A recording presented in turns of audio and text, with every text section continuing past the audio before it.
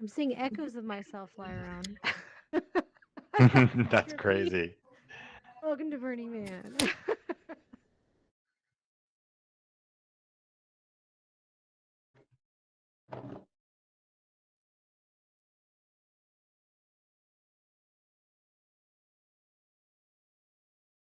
I'm surprised that didn't crash me.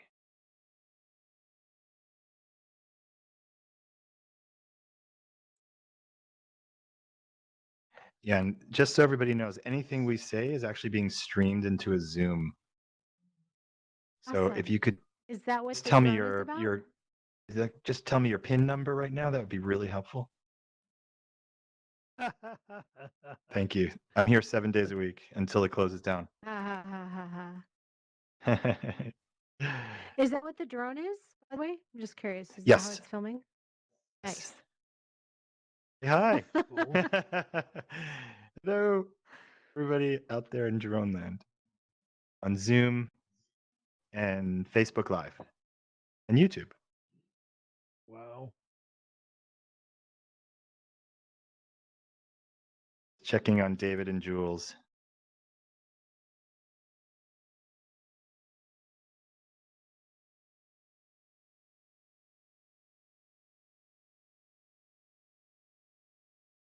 You know, while we're waiting, what I can tell you a little bit, because I love this piece and I loved it so much when it was at Burning Man this past year. It was really quite extraordinary. And I know that when David and Jules were envisioning this, it was a sort of a temple of human thought. That was what somebody actually told me when I was in the building. And I thought, oh my God. And it was made from just thousands and thousands of pieces of books. I'd never seen anything like it. My 15 burns. And it almost felt like it was breathing. It was so extraordinary. And hopefully if David or Jules gets on their headset or on their desktop, can tell us a little bit about just how it was built. I think that's the question that I'm so fascinated by, is structure out there on the playa needs to be withstand elements that are hard to describe unless you've seen it. And how did they conceive this just to withstand that? And this year was absolutely brutal when it came to weather. The wind and the dust storms were unrelenting. And yet there it stood.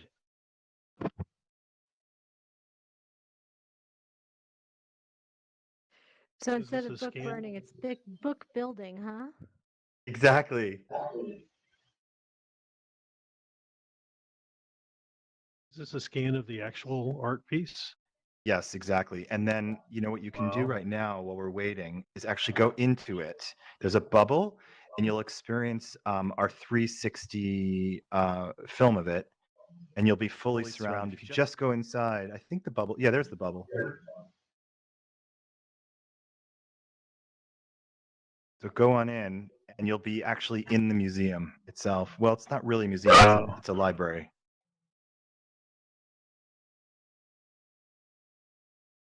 So once you're in the middle, you just turn around and look, you're surrounded by it. And on top, it's just, oh my gosh. How does it feel like having been in the original and then being in this? You know, the mind is a powerful thing, isn't it? And Mm-hmm. it's very disassociative, because I know I was there and I know I'm not there right now. And yet it feels like I'm there again. There's something about this that causes some kind of recall. Maybe it's the light. There's often sound in this space as well. We had to take some of the sound out for everyone to fit in here. But it's a great question. I'd be curious to know for the artists how they feel being in this virtual version of it. There was if I remember, there was a virtual version of this first. But they made a metaverse version. I think they're still trying to get their sound going. Like, and yeah, that's the joy. You can just, oh, and there's a kid. Oh my gosh, a little kid with a book. We're seeing it at different times, so the bubble is triggered when you walk in.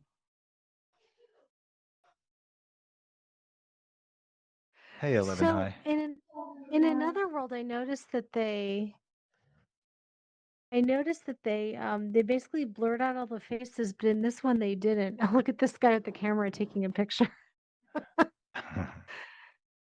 I'm just curious, is like, was there like a message that said, "Hey, we're filming in here," or how do you happen to know if there was anything that kind of let people know that there was filming? I don't understand the question. Sorry. Oh, well, normally you have to get permission to take people's pictures and then repurpose them. So, and I'm not a lawyer. I'm just asking because as a creator, I wanted to know, like, is there anything that had to be done to say, hey, we're filming in here so that way you may be part of our piece later on or something? I'm just curious for more from a consent standpoint. Sure. So all of this 360 video was shot on Playa at Burning Man. I'll start there first. All of this was shot on Playa at Burning Man with the approval of the Burning Man organization. You can't shoot media like this without getting a media pass, with the understanding that we were going to be bringing it into a virtual environment.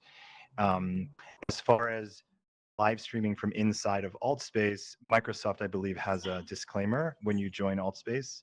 And we've been letting people know that we're Zooming a lot of these sessions.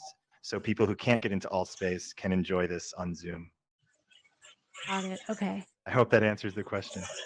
It does. I mean, like, it's actually better to not see, for me, to not see blurred faces because there's that I've never human seen blurred association that faces. I happens don't when know you if you see a saw that. face. You know what I mean? Yeah, no, we've never blurred any faces. We don't blur faces, but we did run it through an AI upscaler, so it may have done some weird juju. Yeah. Do we have David and Jules yet? It should be fine now. I got in. I'm in my Android and it's working. Oh, great. Yeah, no, it's great in headset.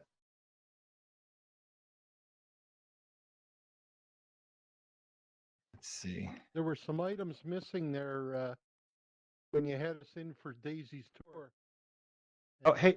Those seem to be returned there now. So I was thinking you guys have been successful. I didn't hear the start of that. Can you start again? Yeah, you were talking about some things that were missing back when Daisy was doing her tour. We hadn't yet. We when we crashed. It's a good point. We crashed this morning right when we started the tour, and Doug, who's building all of this, figured out very quickly how to fix it. And so, yes, we've been able to fix these crashes as they happen. These worlds are huge because of the video that we've embedded into so many of them. Some of them have sound. Some of them have bubbles you don't even see. They're hidden. You have to find them. Space. It's really incredible. And I'm getting about 2.5 average. Yes. On the crash. Oh yeah, Andrew. One world. Tell Andrew next to world. hold on. Oh really? The next one goes down. Yeah. We should tell people wow, that's that good to know. But it should be able hasn't happened more than twice. Get people in here. Good to know. Thank you for letting me know. Oh, was other people having trouble? Oculus headset, Yeah, I think there was a general trouble going in, so I uploaded a new version that should be lighter, but it was like in the 170s. people are able. And then so that crazy? It was like I don't know if that actually impacted it or not, but I just tried to reduce the amount of apps on my. I have a 256, but just in case, I wanted to make sure it didn't impact anything. By the way, I need to follow your lead. To the Donna Summer Cake one, it is awesome. Yes, we've been there. If you haven't been there, we recommend take the portal to the Donna Summer Cake. It's the best. My favorite is after you're done watching it, when new people walk in the room, it plays it for them, but you can't see it, so you just see them responding to it. Yes. It's an experience unto itself. It's a great place to bring people. In the video, everything goes down and then it rolls away in little balls. Correct. Is that at the end. trying to emulate the rain falling on the playa and the little balls of the dust, or is that just something totally different? I will ask the artist what he was thinking. If you know who Cause is, he's Oh, it's here Cause, this whole is it? weekend. Yeah, you might want to just ask him what he was thinking. Do it Yeah, like it's this. Cause, brilliant. what were you thinking? Like really insulting. He'll love it. Be That snarky or might you're not a be burner. it. Yeah, yeah. Look, it's my doppelganger. Oh yeah, I'm just like, what is going on? This is hilarious. Jules, are you back, or Dan, are you back? I'm back. I'm back. Oh yeah, you sound perfect now. Oh, good. Oh, good. Yeah, you sound And are great. we waiting for Dan? I think Scribble's going to go on the computer, but maybe not talk because it was too difficult from there. So when you don't have headphones on the computer, all of the audio loops back for all of us inside of AltSpace. Yeah, sorry about that. Yeah. It's okay.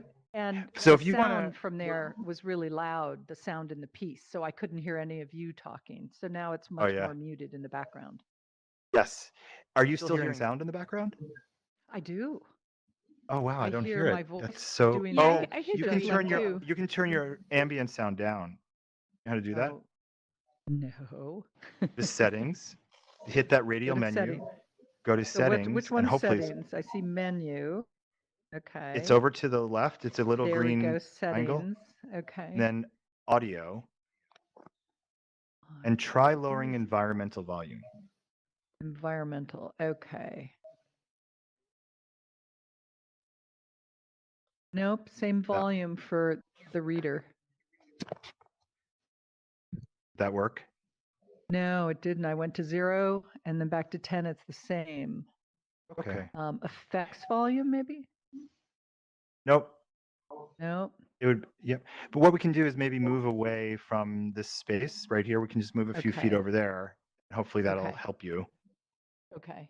So, plus if the sound decreases as you move further away. Okay. Let me just You got it. try to remember how to do that. How You about got it. over here? Perfect. It's my living room. Okay. I know, right? Is that better? Yeah, that's better. Oh, awesome. Wonderful. Well, Jules, we did it. It's Yay. it's did 3:25 It's p.m. amazing. We did it. It's 3:25 p.m. on the West Coast, 6:25 on the East Coast. We're just so grateful are here, and Dan is with us, everybody. Wondered if you could just start by telling us, why did you want to create Unbound Library? I've been working with books for a long time, maybe 12 or 13 years. During that Your same audio period just of went out. time, worked on. There you go. My audio went out? Nope, you're good. You're good. Is it back? Okay. Yep. Yeah, it might be our internet. I don't know. And I've been working on large projects on Playa with other artists, David Best and Michael Garlington and Dan Sullivan and Peter Lochran. So I've had a lot of experience building, but I didn't necessarily want to bring my own piece. It felt overwhelming. But my husband and some friends were completely behind making it happen and giving me sort of the square footage to just do whatever I wanted to do, which I loved. Obviously, I worked on building as well because I enjoy that, but it was just a really big challenge to take small art and figure out how to make it work in a really big space. Was there a metaverse version first? It was exactly the same. It was just called a library in the metaverse, and then I changed it to a library in transition, which is, they're both true. Celeste, can you go on mute? There we go. Yes. Hi. So I'm sorry. So there was a metaverse version first? Yes. So this was a 2020 honoraria project. And then I went back to, and then submitted again for 22. Yes. So can you tell us the logistics before we get into philosophical? I want to talk about that. But I wonder if you can just tell me the logistics of figuring out how to withstand the elements and then Well, creating this almost elegant piece. yeah, I would say that the two biggest things that I worried about were water, if it rained, and light. I had this fear that in 1 week it would burn out these books that had really never seen the sun. And you can tell from the interior that color was a big part of the project. And these pages that were on the exterior are very delicate things that are not usually seeing the sun. So I did a lot of coating, knowing that we weren't burning it. I did a lot of waterproof coating, and then I did some UV coating so that it would it would last a week. We had some things outdoors while we were building, and they did fade, but not terribly. But we did know we had to do that UV coating as well. So there's, I'd like to say there's probably 8 to 10 layers of something on every wall. Oh my gosh. So let me ask Yeah. you as an artist, when you're going through the practical challenge of 8 coats and figuring all of that out and the actual practical build, how does that impact passion you have for this philosophical idea? Well, to be honest, I added layers as I went. So when I started, it didn't have that many layers. I just put some pages on plywood, and I thought that would be enough. And then I was thinking, well, really, I should paint it first because it will be easier for the paper to stick to that. So then I would do that. And then I realized I really like to sand things. So I would sand them and put another layer and then a third layer. And then I realized I love inking things once they've been sanded because it irregularly will absorb the ink, especially if I've also put a coating of like a polyacrylic on it. And then I'd sand it again. So it just, it morphed because of the time. I can't remember whose law it is that that work will take the time that is available to it. So, 6 months became 2.5 years. And with 2.5 years, I just kept obsessing, and it was really fun. It wasn't really a challenge. It was a way to fill time during COVID. And we had a big enough space that we had people come in little by little. But then eventually it was a big party, big tables just lined up with people who didn't know each other, sitting on opposite sides of these tables and collaging away with me sort of guiding them. And it was really fun. Like the prep going to the playa for me was really fun. Amazing. And then for Dave, he did the building. He did much more of the building, and by himself, some of that was very hard. But eventually, lots of friends came in and helped build as well, and we couldn't have done it without a really experienced team of people who build homes and really know what they're doing. Well, let's go back to the beginning, shall we? That you had, you love libraries. You've been involved with them for a long time. What was the idea? The idea was several things. One, I think on the surface, the first thing most people would think about is this is the way we learned. This is the way we received information when some of us were children and before others were born, that it is a way that's going away. And all of these books I got for free. So I go to a book sale once a month in Palo Alto. And at the end of the book sale, they allow nonprofits, and they allowed me in, to pick up the books that were left behind. And so these were books that no one wanted. And on Monday, they get picked up to go to Oregon to be pulped. So I felt like I was saving them and giving them one more chance to life rather than, sort of ruining them. But some of them, many of them, were too beautiful to cut up. So I started collecting lots of books, and I ended up bringing 6 boxes of books or 10 boxes of books to Burning Man, fearful that no one would take those books when I put them out. And I put them out, and no one was taking them. And one of my friends said to me, there's a 19th century book on India, and its colonial perspective is fascinating. I would take it home and read it. And I said, oh, good. Did you take it? And he's like, of course I didn't take it. I was like, oh, you're supposed to take it. He said, well, how do I know that? So we had someone do a sign, and it said, please adopt a book. And the next day they were all gone. And it was wonderful. So then I filled it up again the next night, and the next morning they were all gone. And every single book, from atlases that were 2.5 feet tall to dictionaries that were 12 inches deep, these really thick dictionaries, they were all taken. So that was really fun. And then the book pages had lots of meaning. I mean, I would curate as I'd go. One of the jobs that people had to do when they first came was deconstruct books. And I would show them how to do it because we'd keep the binding. We kept the little bits, which is what I called little bits, which are just beautiful little bits of the book that would fall apart.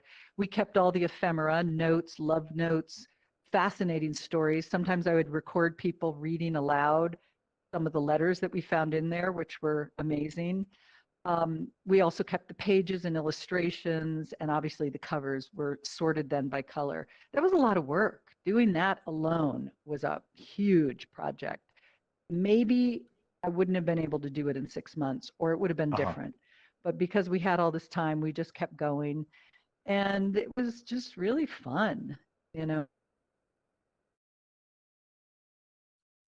When I not ripping up books, on but really Playa, going I through met them. somebody inside who said it was a temple of human thought. Yes. Yes. Yep. That is one of the Um, things that what- we wrote about. Yeah. What does a temple of human thought mean? Well, I would say it's a temple to human thought. It's a temple that recognizes all together what we're capable of creating. And it is also very dated information. So it is a time and place when some of this information is now irrelevant, but it is what we built on. It's what humans build on and how we have built in this time. My husband likes to call it a debris field of human thought.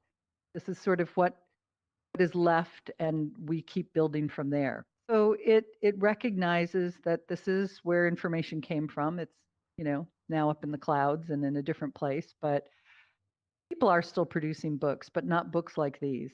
And then the other thing was not just about the data, this lost data, this old data, but it was about the beauty of how we received information in the past.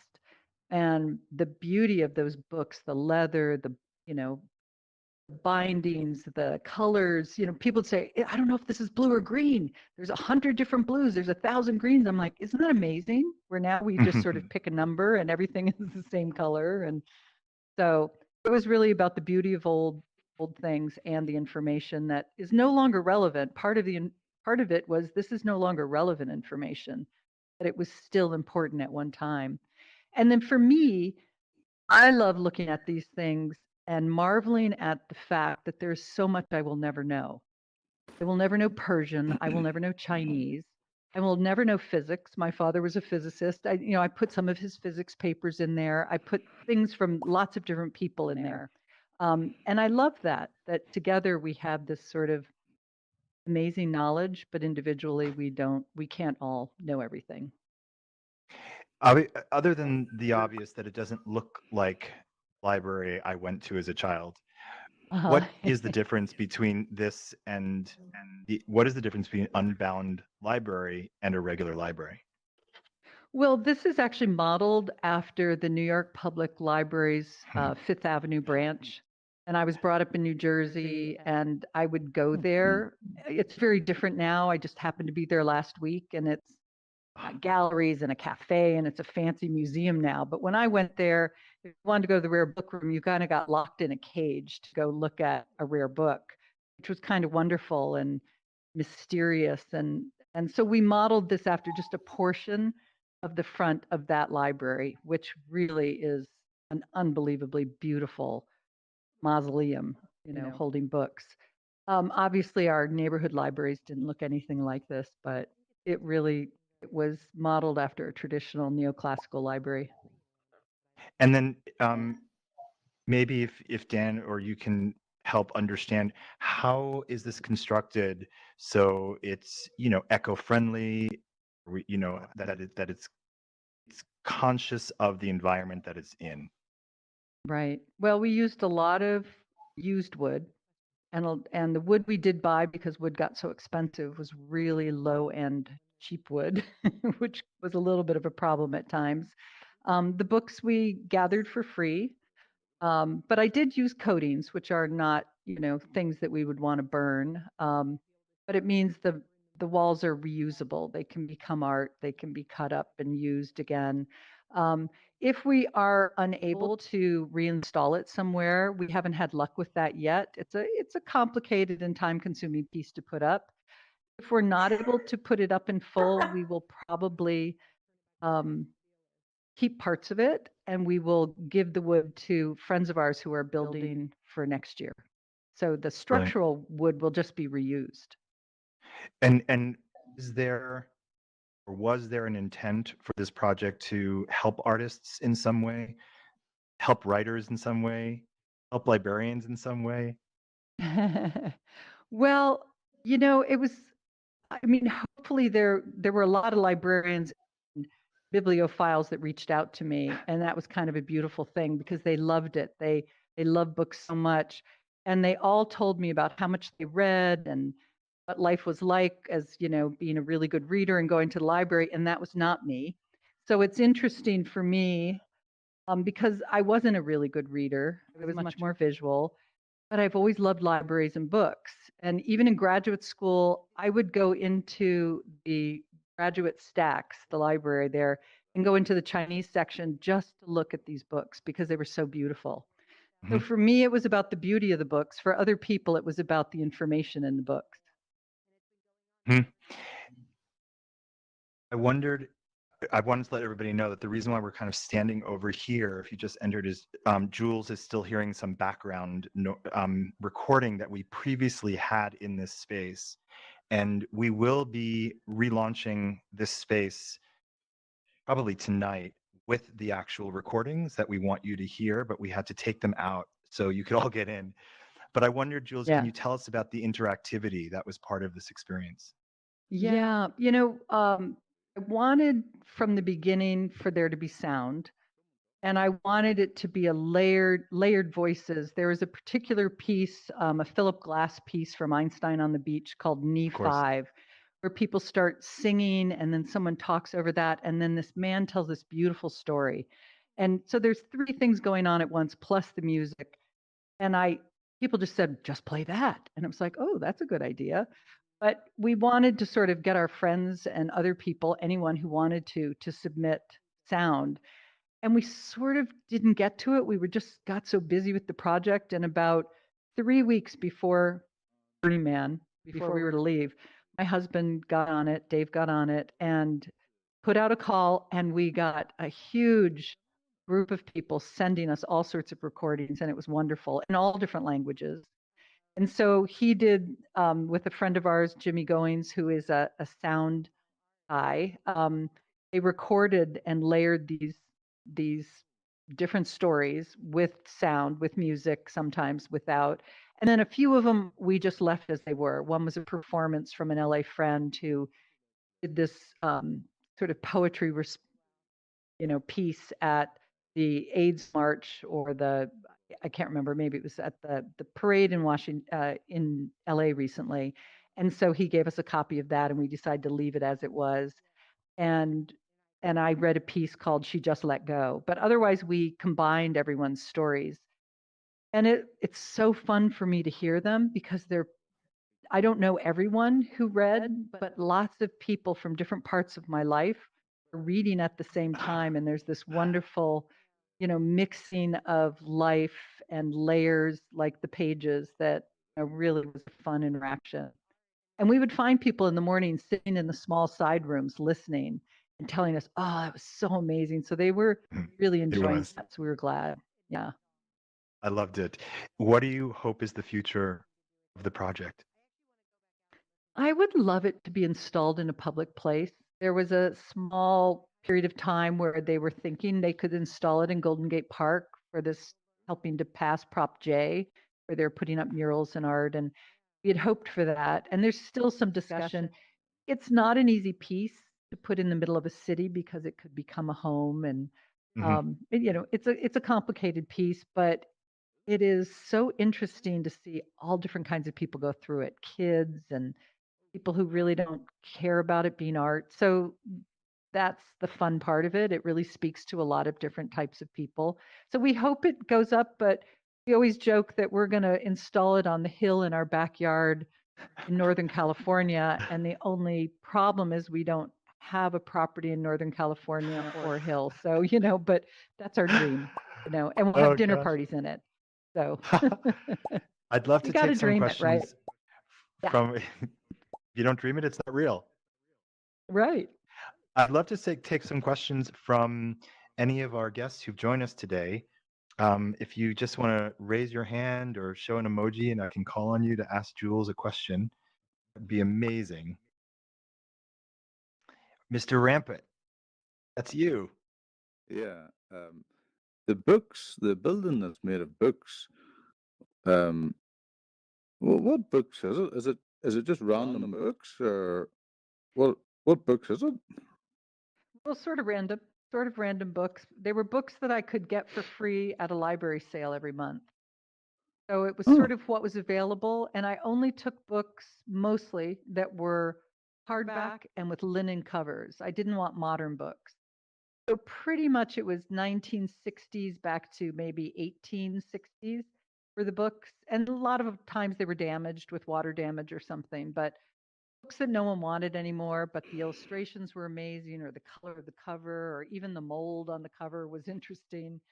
So that was how I acquired them. Ah, Thank you for that question. Amazing. Hey, if anybody is in the Zoom, has a question, I can hear through our comms channel. If somebody wants to convey any questions from Zoom through the comms channel, I can ask Jules. In the meantime, do we have any other questions from Right over our there. attendee? Hello, Serena, you're up. Hi. Hi. So I wanted to ask about what was your vision about how you wanted people to feel within this immersive space? What were your goals from the real life experience, and has that changed for people who are now visiting it in the virtual environment? Well, they did such an amazing job putting the real world inside there. It's stunning for us to be able to go back in there at a time when we weren't there and to see people walking around photographing. So that's pretty incredible.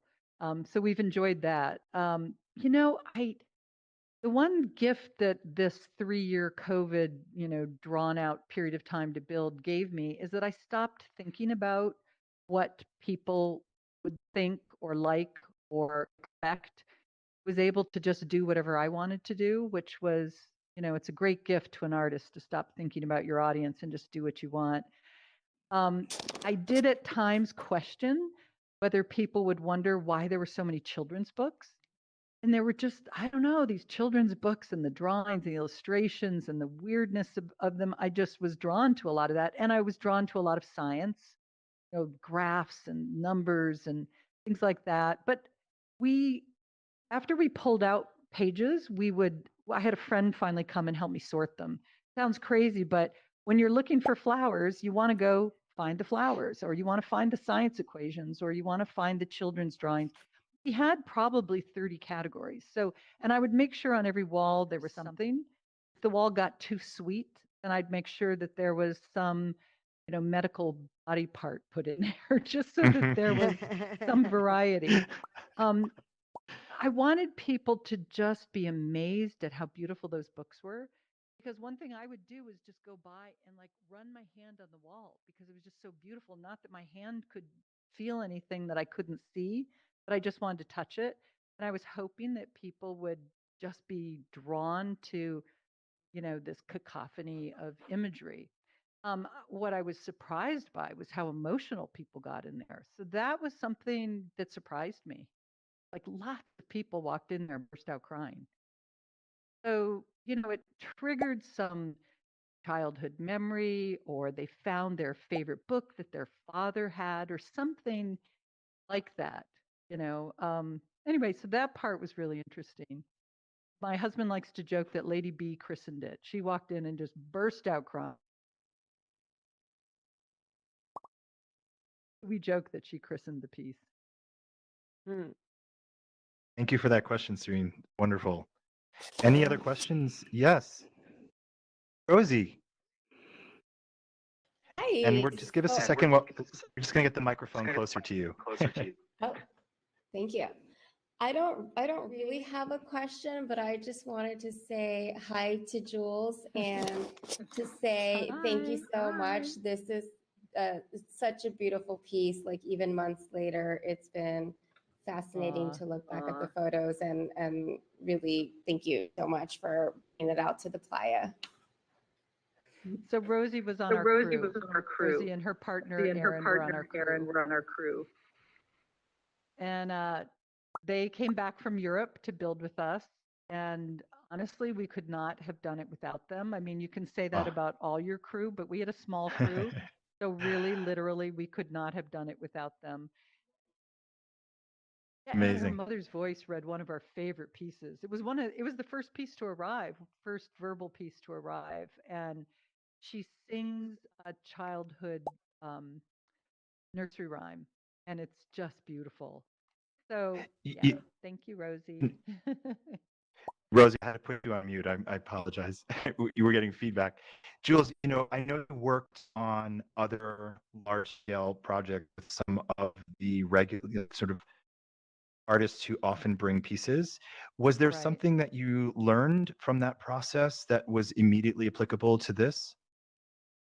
Well, I learned a lot working on those pieces. And each one you learn something. Like the first time I went, I remember building with David Best in 2014, my first sort of build, and I remember thinking And that was a temple. 3 weeks. Yes. It was the temple. Yeah, and I didn't think I could live on Playa for 3 weeks. So then you learn that you can do that. And, sort of each one taught me something.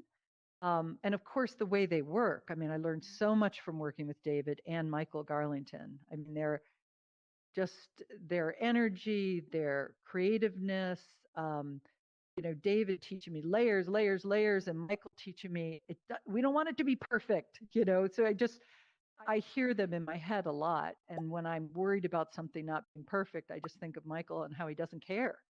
And so they helped me a lot in the way I worked. As far as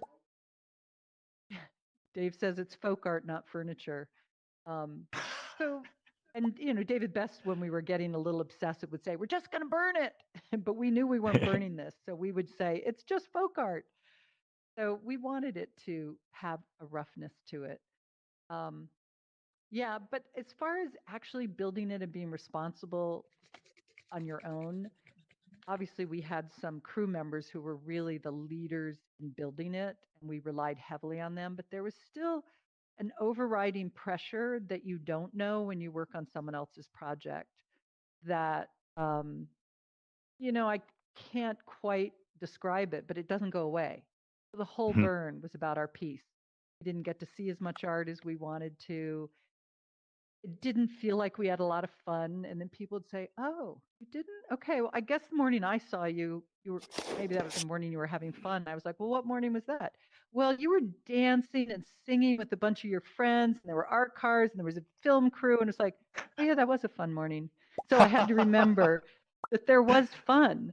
We were just under enough pressure, it felt like, because we cared so much about it. We went there every morning at 5 a.m., no matter what. People are like, "You don't have to go every morning at 5. And it's like, yeah, we do.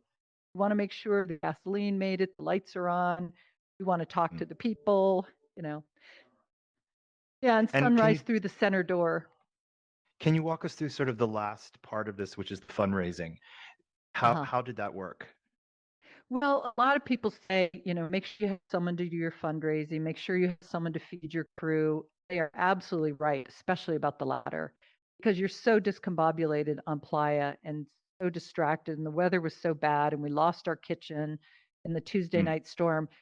If someone else was there from the very beginning to help me, it would have gone more smoothly. But my crew likes to joke about the frozen peanut butter and jelly sandwiches I fed them, which is a truism.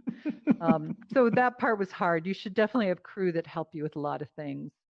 The fundraising wasn't so bad for me, but I think if you're a bigger project and you need a lot of money, you really need someone good doing that. We used GoFundMe, which became Crowdfunder later on for art projects.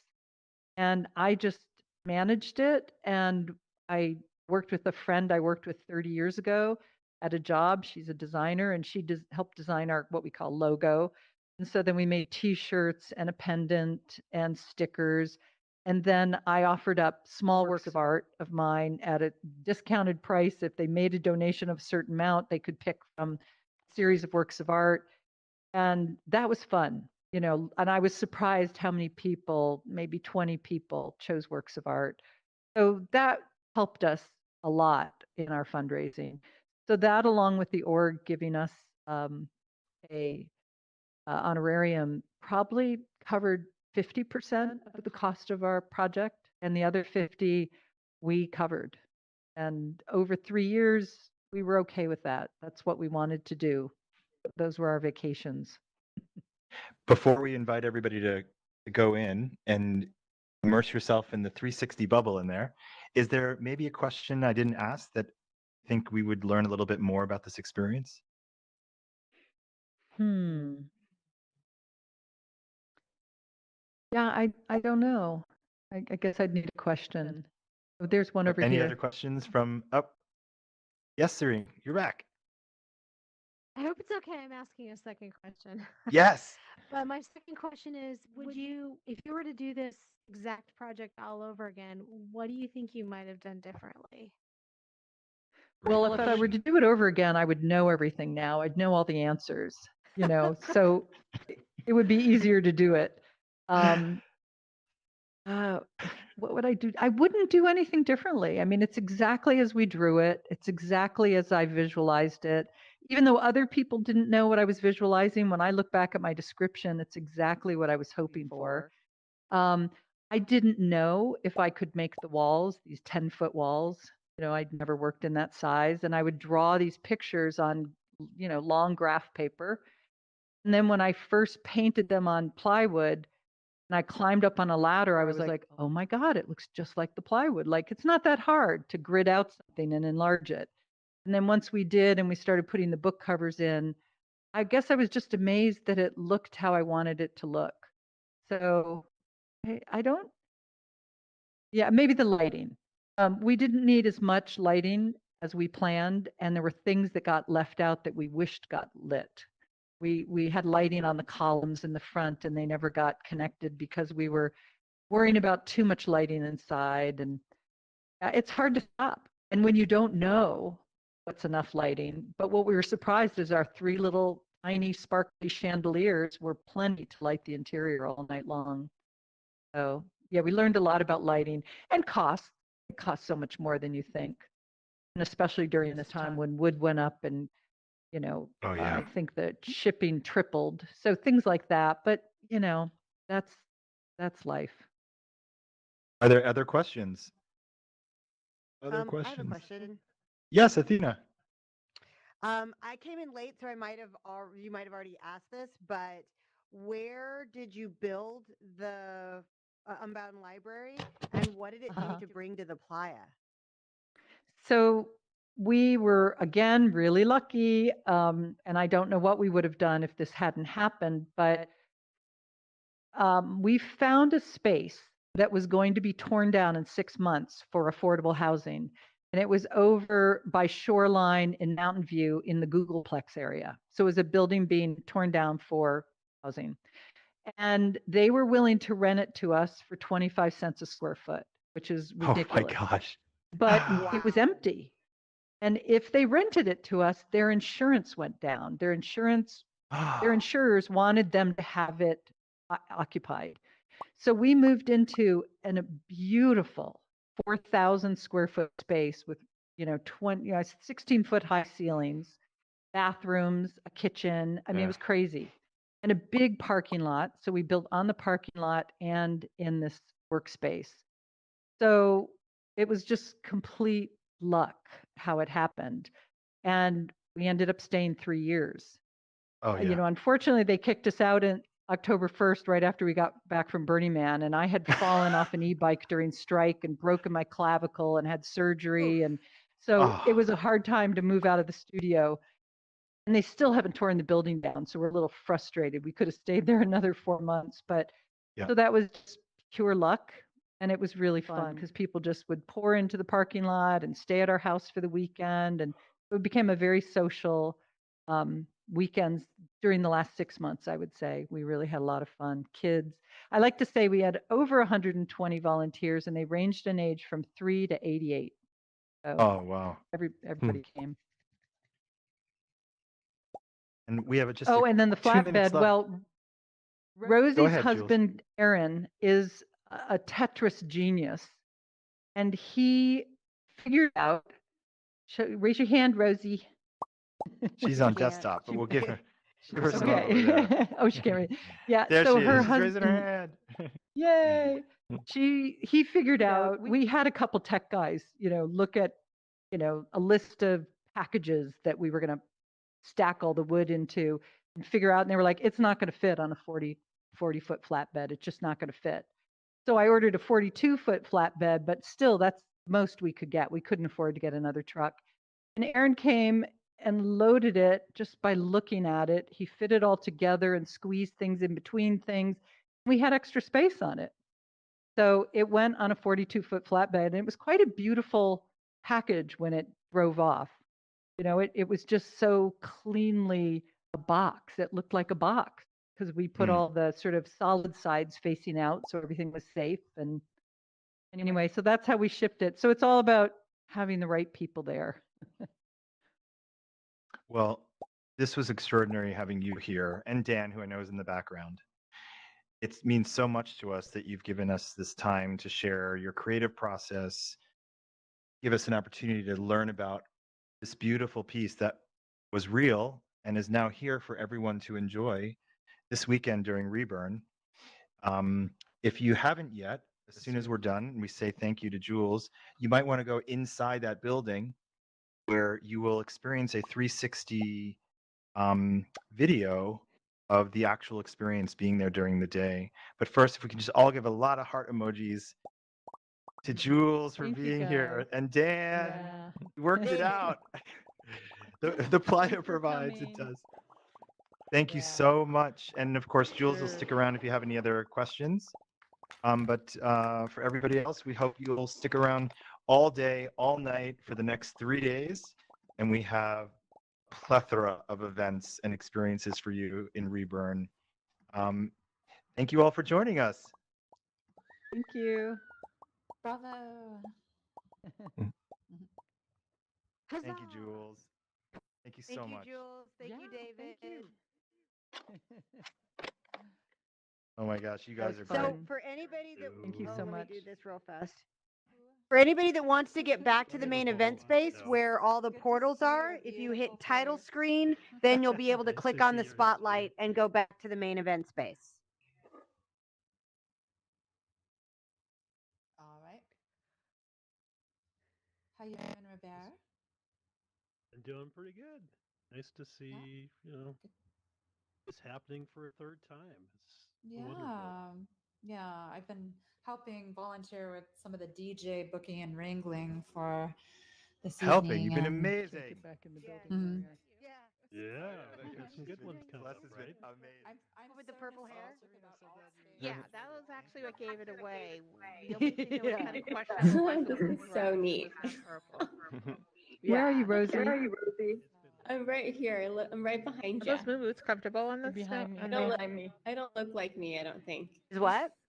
Are those Well, you moon had boots little. comfortable You on looked the different a minute ago. desert? Is this you floor? with Yeah. the Yeah, very couple of dark comfortable. hair? No, I No. Because I saw your hair before. You had little puffy side ponies.